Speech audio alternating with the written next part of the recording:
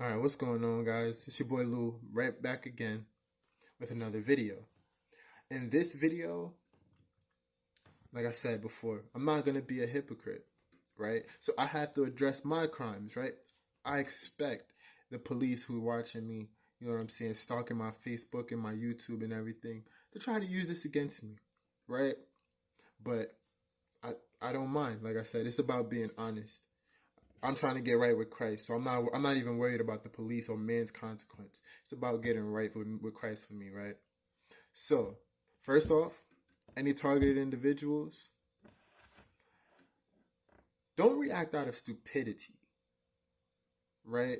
You might get angry and then react,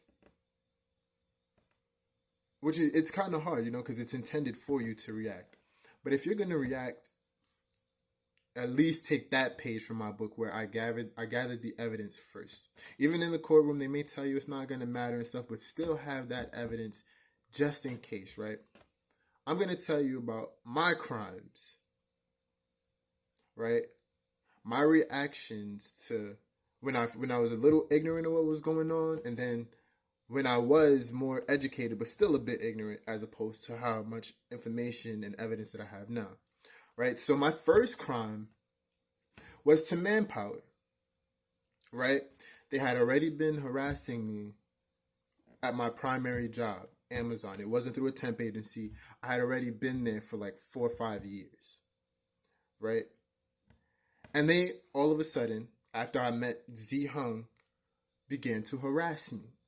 Like, they were started writing me up for things that I wasn't doing, things like that. You know what I'm saying? Just making things up. Oh, you have time off task. You're getting written up for productivity, and I'm like, where are you getting these numbers? Where you getting this from? I'm not off task. My productivity is among the top. Like, what's going on, right? So the ops manager, David Danko, comes one day and he tells me, "Oh, we're sending you to ship doc," and I'm like, "I'm injured from Amazon. I had a slipped disc in my neck that was affecting my arm, and I had been sent from pick to pack. I began to excel in both, but it was like they were trying to sabotage my work ethic, right? Because they wanted to make me quit. So I was telling him, I'm like, yo, I just got to pack. I'm just getting my rhythm, and y'all are already writing me up for things that I'm not doing. I would like to just sit here and do, because I was on accommodation to be at pack, because my original job title was pick, right? So I was on an accommodation to be at pack, and I'm like, yo, you're trying to push me where I'm gonna have to do even more heavy lifting before I'm fully healed. So he's like, oh, well, you're gonna have to go to your doctor, and if she doesn't, you're going straight to the ship doc, right? So I had to go to my doctor and be like, listen, I was on this accommodation. Now they're trying to force me. My arm isn't fully healed. It's still not fully healed to this day. Like, it's raining outside. I walked outside earlier today, and right, I could still feel it. It flares up once in a while, right? Based on the weather. And so when I was doing that, they started to reject all of my accommodations afterwards, right? So that I wasn't making any money, right? I'll come in, okay, accommodation for pack, not to lift X amount. They rejected it. So then it pretty much became to the point they rejected all my accommodations, where I'm begging my doctor, like, I got to go back to work, right? But up until that point, when they rejected all my things, in that interim between, I believe it was like from like that November or December of 2021 to, no, I believe 2020 actually. Yeah, I believe it was like the November or December of 2020 where I was on a leave. I was supposed to be on a leave, short-term disability leave, and they wasn't paying me. So that time where they were rejecting my accommodation, and I was going back and forth to the doctors, right? I wasn't making any money. Then while they had my disability pending, I wasn't making any money. So people in the neighborhood who were already pretty much sent to come after me and to put themselves around me, watch my movements, and try to guide my actions into the Masonic agenda that they had for me. It seemed like either you were going to be organized, mobbed, and harassed, or we're going to kind of guide via your MK Ultra. We're going to guide your actions with like predictive programming and things like that, right? So they put these hoodlums around me for the most part. My neighbor, he starts stealing packages from me.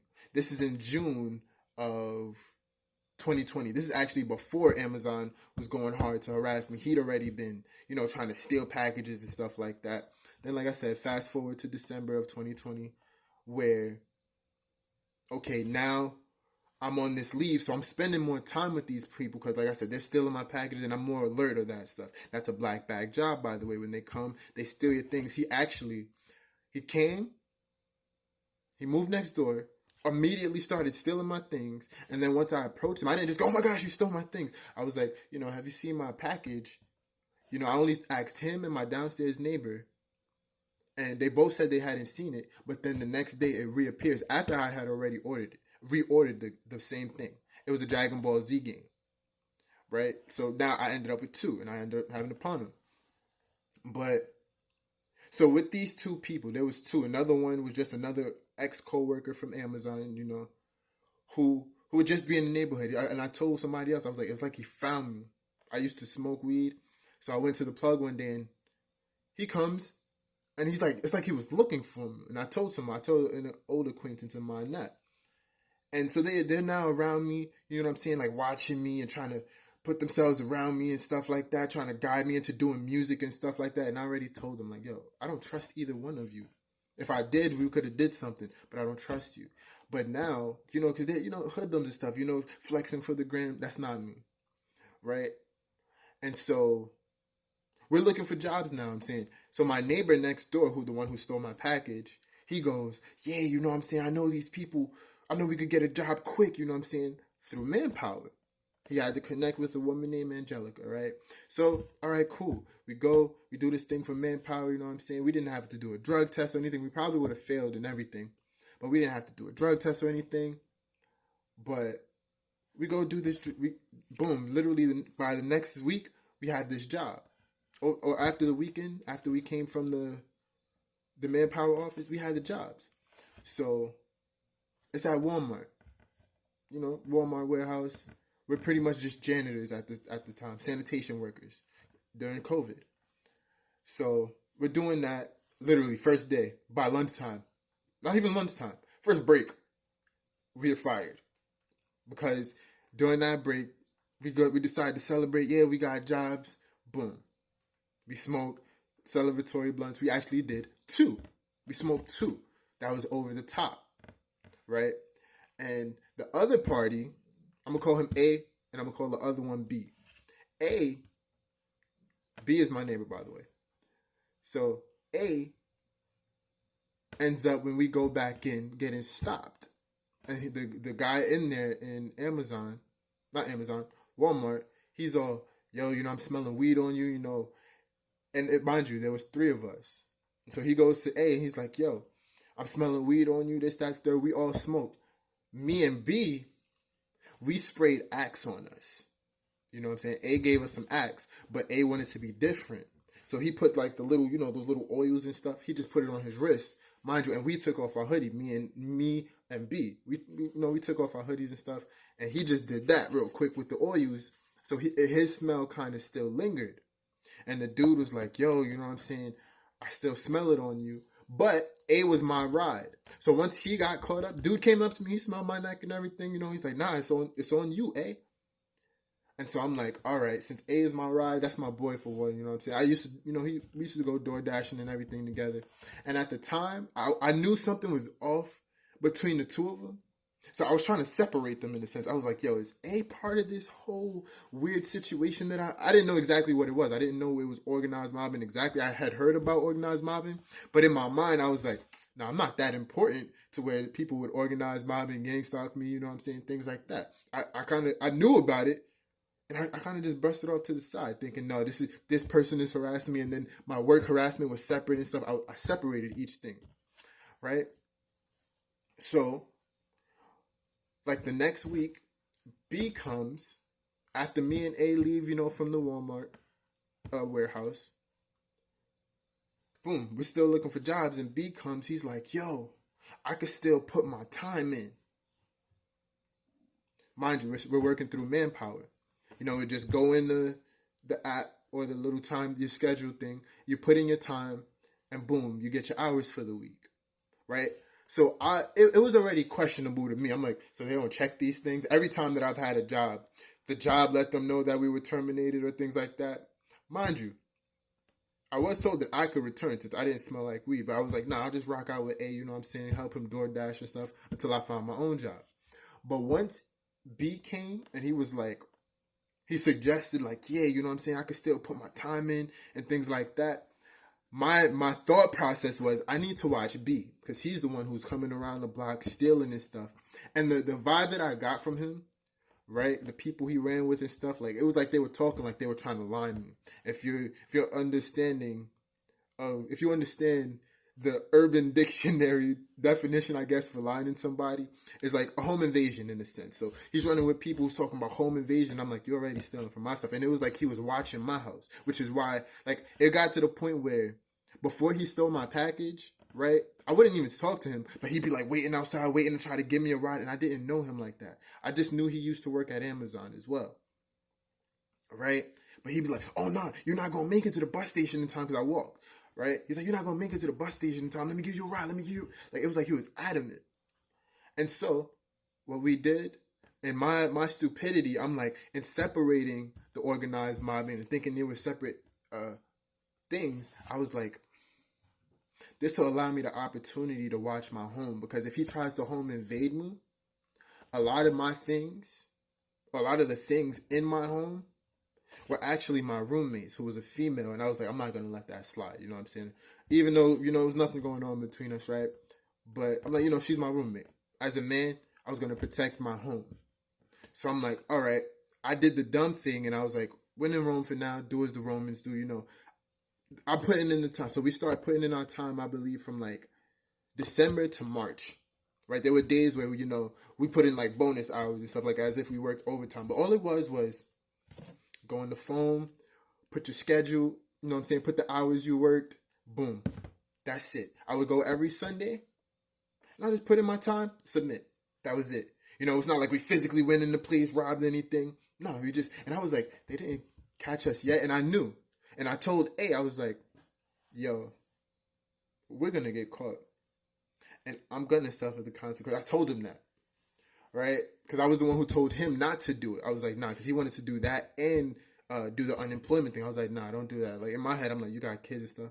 Don't trip about that. So like I said, I kept putting in my time just as a means to watch my home. Mind you, I was the only one with a job at the time, an actual job. Like I said, I was on leave from Amazon, on a medical leave. They just hadn't been paying me. They were just having everything pending so that my finances were destroyed. Right? I was started falling behind on my finances. That was a part of it. Like Z Hung said, you fell for it, right? So then we got caught up, right? He actually, B is actually the one who told them. I showed the text and everything. He was the one who texted her from Manpower while we were taking from them, putting in our time, asking her for a job. And that's how they found out that we were doing, I guess, the fraud, right? So technically that was a felony. I won't deny it. Like I said, I'm going to court honest, right? So technically that was a felony. It was over like $5,000 that, you know, we just kept putting in our time. Boom. That was it. I was sitting at home putting in our time, and, you know, most of my money I was just wasting with them, making sure the bills are paid at the time and then wasting with them. So how I ended up homeless after we got caught and coming here after Z Hung had already told me, I had already been conditioned, oh, you know, if you're ever homeless, you know, you could come and stay here. I have a room because you are brothers in Christ. That happened like same time before that. At sometime after my boy Angelo had came. See, I meant to say A. But sometime after he told me, right, he reintroduced me to Z Hung, who had tried to lure me in the woods like a year before, whatever. Right? So now we got caught that March of 2021, and I pretty much spent 2021 to the beginning of 2022 up until like April or something like that, paying it off. So yes, it is a felony, but I did pay them back. I paid them every dollar, and it actually became a situation where Manpower, the woman from Manpower was actually. This is when I learned they were in on it. You know, she was holding checks that I was putting in, trying to gaslight me and things like that, lying. Actually, put some money into my account. I believe she was trying to help me out, but she still took from her company. It was under the name of Manpower, right?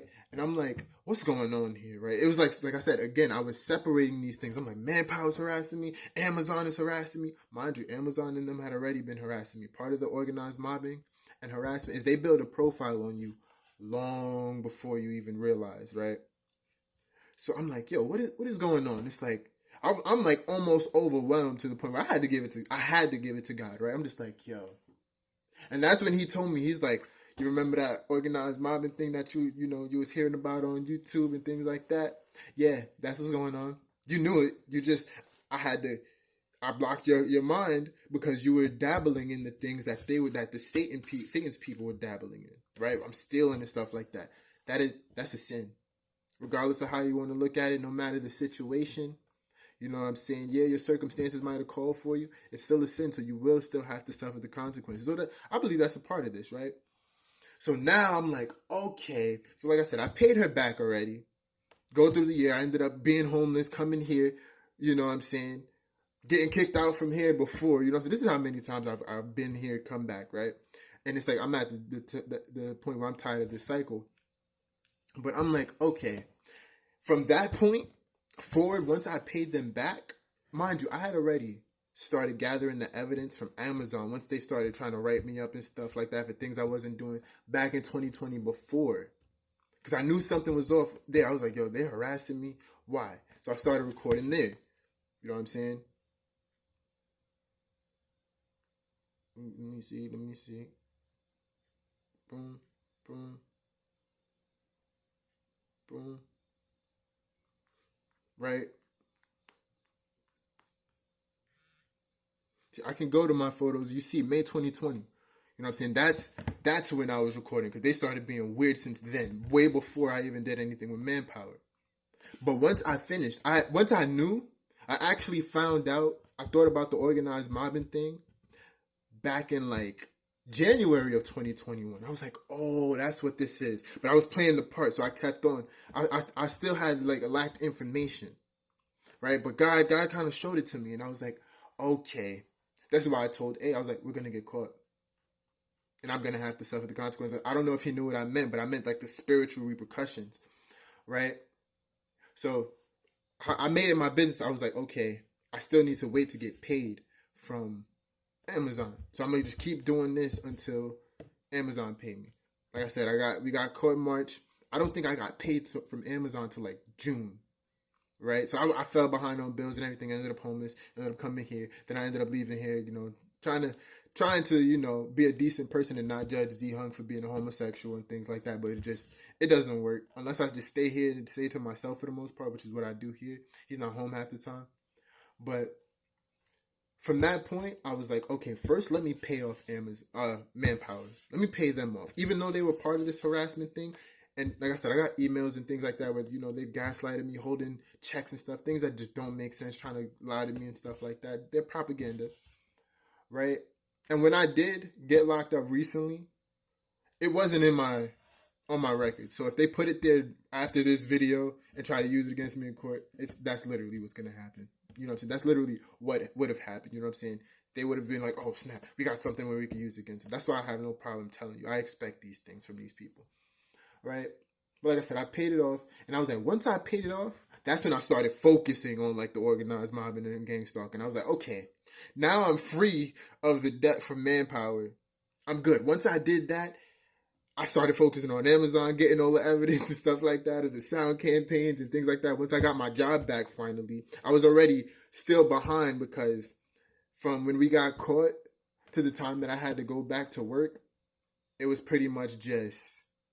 yeah, I was in limbo. So I fell back. I was just sitting there, okay. I still actually think I gotta pay Rock Street, right? Whatever, right? But I'm like, I'm focused on that. I got so much evidence, right? I got fired for recording somebody harassing me in Amazon after Amazon then stole from me once I was catching up to paying off Manpower, Amazon had stole from me, right? That because I was making too much. I was making $20 an hour, right? So around the holiday, that holiday of 2021, they stole from me, put me on a bereavement and things like that. And I'm like, okay, I see how everything's going.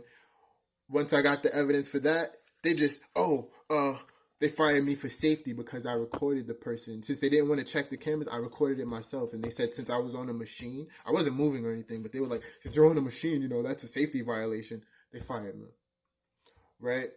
They didn't check the evidence or nothing, just like I would expect from them to not do in court. They fired me.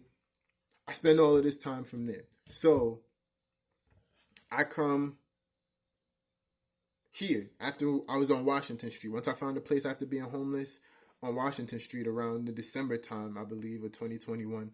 Found a place, ended up getting kicked out of that place once Amazon fired me around April. And then I came here, back to Z Hung's place, right? Got my job at Family Dollar. Got evidence of them harassing me and the neighbors and stuff harassing me. So I got evidence from people on Washington Street harassing me, doing sound campaigns and things like that, police and everything. Family Dollar people here on Palmer Street doing the same thing, walking by the van that I was staying in, because I was staying in the van at the time, before I actually came in the house at what is it? September last year or something like that, right? But around that time, I was like, okay, cool, just gathering all this evidence. All the conditioning tactics and things like that, the harassment techniques, I had already had the list. So I was like, okay, I already know, and I was getting better at it, just getting better at it. And as they were doing it at Family Dollar, people would literally just come in, finding me so they could cough. They were like, when I'm taking out the trash, always be lined up with me and things like that. Start beeping and stuff. They were bombarding me with the sound campaign and stuff like that. So I poked the tires. I started poking people's tires. This is in 2022, mind you. No, is it 2022? No, it's like so jumbled. I'm sorry. This is the beginning of 2023. This is the beginning of this year, where I actually it feels like so long ago. But in the beginning of this year, I poked the people on Rock Street's tires after people kept circling the block and stuff with their noise campaign and stuff. The same car, and this is what I recorded. I'm sitting in here. I was at that window right there. That one right there. I was at that window and I'm like, see? It got to the point where, after gathering the evidence for all of these years, it got to the point where it was so just plain to see.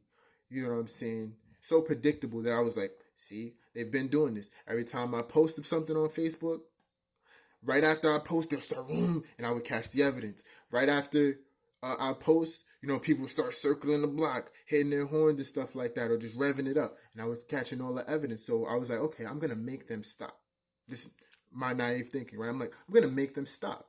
So I poked tires and I was like, I'm going to do it. Since everybody was already in on it, I was like, okay, doesn't matter who, what day, because you might not have done it today, but you were doing it before. So I was like, I'm just going to poke a tire. Every time somebody goes and wants to harass me, somebody else is going to suffer since y'all are all in this together. That was my mindset at the time, out of anger, right? I'm like, okay, I'm just going to go poke a tire. I don't got to hurt nobody. That's literally what I was saying. I was like, I don't got to hurt nobody. I'm just going to poke a tire and you're going to suffer a consequence. I'm saying that in the video that the police should have, right? I'm like, they are going to suffer a consequence, right? So I go do that. And as I do that, I record myself poking the tire. And then I come and I sit on the step outside. Just waiting for the police, because I already knew the neighbors across the street were going to call the police, which that's what they did. I was like, they're going to call the police, right? Because they're cowards, they're snitches. So they called the police, and boom. That's when I ended up getting incarcerated for 3 weeks, 3 or 4 weeks or something like that. I think 3 weeks. But I ended up getting incarcerated, and I believe I came out in March, right? But I did that. Like I said, that was my second crime thing. So the first one, apologies if you've been conditioned to the Freemason signs, the two for going forward. You know what I'm saying? But that was my second time. So the first time was with Manpower, which I paid back. And then this one. And when the cop came, like I said, I was recording till the cops came, so they put me in cuffs and everything. And I told the cop, I was like, listen, I did what I did because I didn't want to hurt anybody. These people have been harassing me via organized mob and harassment. He's like, do you think you could pay them back?